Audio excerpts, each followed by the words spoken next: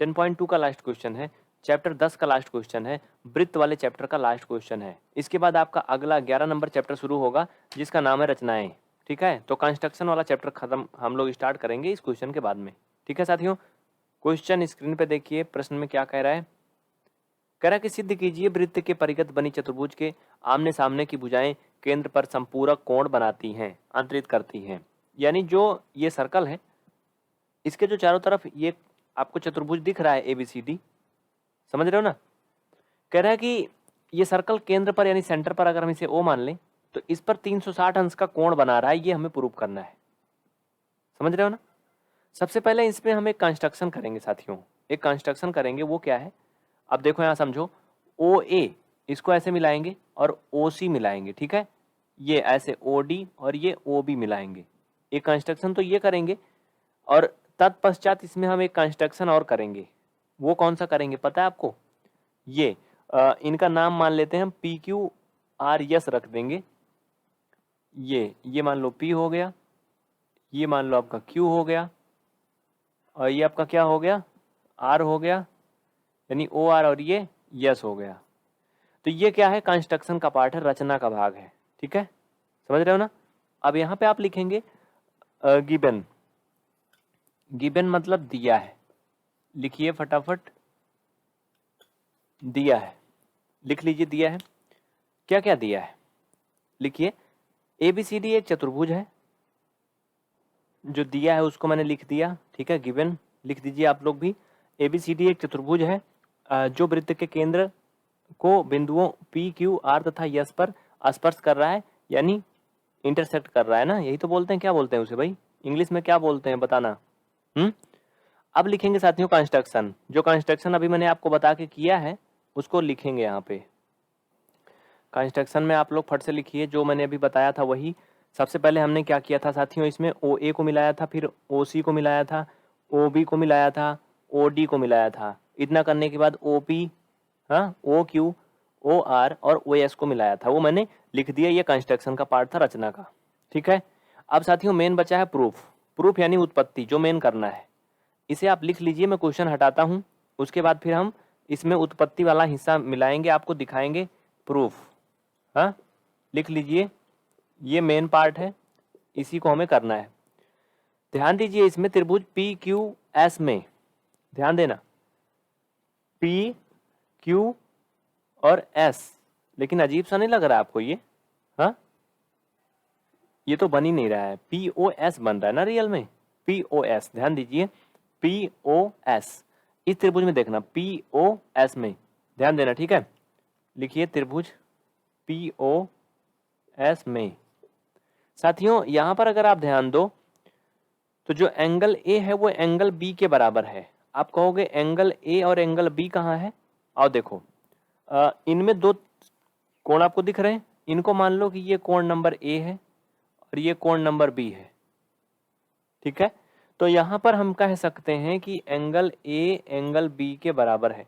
बराबर क्यों है? ब्रैकेट में लिखिए, OA SOP को समद्विभाजित कर रही है। लिखिए, OA SOP को समद्विभाजित यानी बिसेक्ट कर रही है ना? बताओ कर रही कि नहीं? जो OA है वो इसे क्या कर रही, समद्विभाजित कर रही। भाई सिंपल सी बात है, कोई त्रिभुज है, अगर उसकी कोई बीच में मध्यिका आप खींच दोगे तो त्रिभुज को दो भाग में बांटती है ना। तो इसलिए क्या होगा, अगर दो भाग में बांट रही है कोई त्रिभुज है तो दो बराबर बराबर भाग में बट जाएगा, इसलिए दोनों त्रिभुज क्या होगा, इक्वल हो जाएगा। नीचे लिखिए, इसी तरह से साथियों ले लीजिए त्रिभुज POQ में। लिखिए त्रिभुज POQ में, ध्यान देना आप, POQ में इसमें भी OB इसको बिसेक्ट कर रही है। तो इनमें हम अगर दो कोण मान लें, एक C और एक D, ध्यान देना, इसको C मान लिया, इसको D मान लिया, तो ये कोण C कोण D के बराबर होगा। इसमें भी वही रीजन हो जाएगा, सेम टू सेम आप लिख सकते हैं, angle C equal angle D। ठीक है, रीजन लिख लीजिए वही, क्योंकि OB जो है वो त्रिभुज POQ को दो बराबर बराबर पार्ट में डिवाइड कर रही है। इतना लिखिए, ये दो त्रिभुज में हो गया, अभी दो त्रिभुज और बचे हैं, इनको भी ले लें फिर आगे बढ़ते हैं। जल्दी करिए, लिखिए। अब मैं ऊपर वाला हिस्सा मिटा दूंगा, नीचे वाला छोड़कर। स्क्रीनशॉट ले लो। जैसे मैंने इधर 2 किया था वैसे ऊपर भी हम दोनों त्रिभुज में कर लेंगे, मैंने लिख दिया, ठीक है। त्रिभुज QOR में E एंगल F के बराबर है, इसी तरह ROS में एंगल G एंगल H के बराबर है। ये सभी एंगल हैं। आप देखो तो इनको चारों तरफ से ऐसे घेर लिया गया, यानी 360 का बन रहा है ना। अब साथियों ये सभी एक एक इक्वेशन बनते गए, याद रखना। ये पहला इक्वेशन आपका बना पहला, ये आपका दूसरा इक्वेशन बना था, जो लिखना था ब्रैकेट में लिख लेना, ये आपका तीसरा इक्वेशन बना और ये चौथा इक्वेशन बना। ये 4 समीकरण बन गए, ठीक है। अब नीचे लिखिए समीकरण 1 धन समीकरण 2 धन समीकरण 3 धन समीकरण 4 को जोड़ने पर ऐसे ऐसे, ठीक है। ये धन समीकरण 4 सभी को एक में क्या करना है, ऐड कर लेना है। चलो ऐड करते हैं। कहने का ये तात्पर्य है कि चारों तरफ के जितने भी कोण हैं सबको एक में जोड़ लेंगे, ठीक है। तो अब लिखो एंगल ए धन एंगल बी धन एंगल सी धन एंगल डी धन एंगल ई धन एंगल एफ धन एंगल जी धन एंगल एच। ये 8 कोण चारों तरफ से जुड़ जाएंगे। आपको बहुत अच्छे से चारों समीकरण में दिख गया होगा। इंग्लिश मीडियम वाले इसे लिख सकते हैं OD बिसेक्ट कोण ROS, ठीक है। कौन से, लास्ट वाले में। चलिए अब क्या करेंगे साथियों, इनको जोड़ेंगे। हमें पता है कि ए यहाँ स्टार्टिंग में देखो ए जो है बी के बराबर है, ये तुम्हें पता है ना।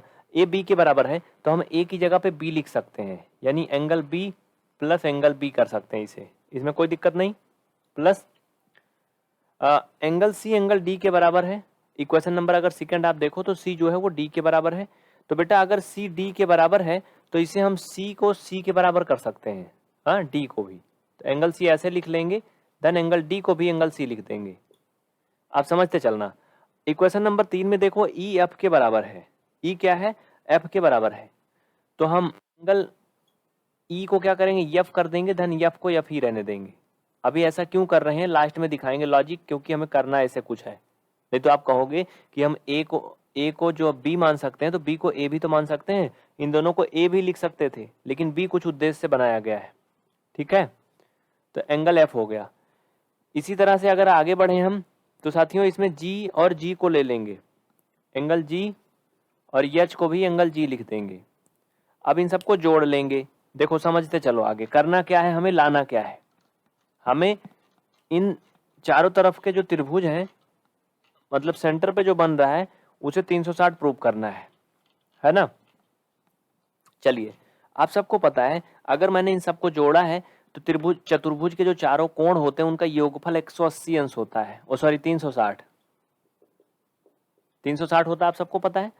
तो इन सबको जोड़ेंगे तो ये हो जाएगा 2b और ये 2c। हाँ एंगल लगा दो सब में भाई, angle 2b angle 2c angle 2f plus angle 2g, हाँ एंगल 2g, ठीक है। इक्वल क्या हो जाएगा 360। अब कोई दिक्कत होगी तो बताना। 360 ये इसमें थोड़ा गड़बड़ लिखा गया है साथ ही मेरे, जब इन कोणों को जोड़ा जाता है ना तो ये 2 पहले लिखा जाता है, मतलब गिनती ऐसे लिखा जाता है, ऐसे। ये सही है, ये सही है, वो तरीका गलत है। तो थोड़ा समझना है यहाँ पे। देखो मैंने उसे क्लियर कर दिया है, अब टेंशन नहीं लेना है, आपका सारा काम हो चुका है यहाँ पे।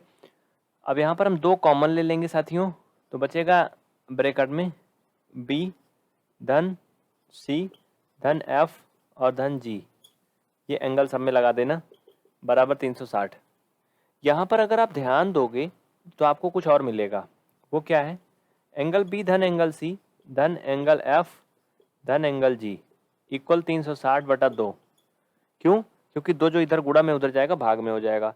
अगर आप यहाँ पर ध्यान दीजिए तो आपको क्या मिल रहा है, BC, देखो यहाँ से BC DE, BC के बाद क्या मिल रहा है FG ना, FG, और ये कितना हो जा रहा है 180 हो रहा है फाइनल में, समझो। देखो मैं आपको इसका थोड़ा मतलब समझाता हूँ डीपली, तब समझ में आएगा। देखिए साथियों ये एंगल BC और FG बन रहा है ना, अगर हम BC को लेंगे तो ये क्या बन रहा है AOB बन रहा है ना। और आपका अगर FG को ले लिया जाए, F और G, तो F और G को अगर हम लेंगे तो ये दोनों थोड़ा सा कुछ गड़बड़ लग रहा है क्या आपको, जरा ध्यान से देखो पहले तो भाई, कुछ अलग अलग लग रहा है, गड़बड़ नहीं है, सही है, जैसे दिया था वैसे ही है। साथियों जो एफ जी है वो देखो ये कोण बना रहा है डी ओ सी ना, यानी ये त्रिकोणा बीच वाला जो है, दोनों कोण क्या है, सप्लीमेंट्री है ना एक दूसरे के, सप्लीमेंट्री है ना, बोलो है कि नहीं भाई, ये बराबर 180 है। तो यहां पर हम ऐसे भी इसे लिख सकता हूं, त्रिभुज ए ओ बी धन ये त्रिभुज सॉरी कोण डी ओ सी इक्वल 180 अंश। और यही हमें क्या करना था, प्रूव करना था, यही हमें प्रूव करके लाना था। आप समझ गए होंगे, क्योंकि बी धन सी जो है वो ए ओ बी के बराबर है और एफ और जी डी ओ सी के बराबर है। नीचे लिख लीजिए, चूंकि ए ओ बी और डी ओ सी सप्लीमेंट्री हैं, नीचे लिखिए, चूंकि ए ओ बी और डी ओ सी सप्लीमेंट्री हैं यानी संपूरक हैं। तो बस यही तो प्रूव करना था। नीचे नहीं दिख रहा, मैं दिखा देता हूं, अभी टेंशन मत लीजिए आप एक भी पैसे का, दिखा देता हूं। चलो भाई दिखा दो, नीचे टैक्स हटा के, ये लो टैक्स हट गया, दिखा। साथियों हल हो गया, कोई डाउट है तो कमेंट करके बता देना। नीचे क्या लिखा है बता देता हूं एक बार, ए ओ बी बराबर डी ओ सी इक्वल 180 है, ठीक है। ये चीज मैं यहाँ भी लिख दे रहा हूँ, आप यहाँ भी लिख लीजिए इसे, एंगल ए ओ बी धन एंगल डी ओ सी बराबर 180, ठीक है, यही फाइनल है। लिखिए, इति सिद्धम अतः सिद्ध हुआ, ये डी ओ सी है, डी फॉर डॉग, ठीक है, यही सिद्ध करना था बाबू। समझ में आया? कोई डाउट है तो बता दीजिए, निसंकोच, आप टेंशन मत लीजिए। हो गया ना इंड? तो इस तरह से आपका ये पूरा चैप्टर खत्म हो गया। क्लास के बारे में, क्वेश्चन के बारे में आपका कोई डाउट है तो आप कमेंट करके बताइए। अब तक आपको नीचे स्क्रीन पर नंबर दिख रहे थे, आप उस पर भी संपर्क कर सकते हैं। ठीक है साथियों, तो बहुत बहुत धन्यवाद। अगली क्लास में आप पढ़ेंगे अगला चैप्टर, ठीक है। बहुत जल्दी आपकी एक नई बैच भी आ रही है, आप कमेंट करके बताना अगर आपको नई बैच पढ़ना है।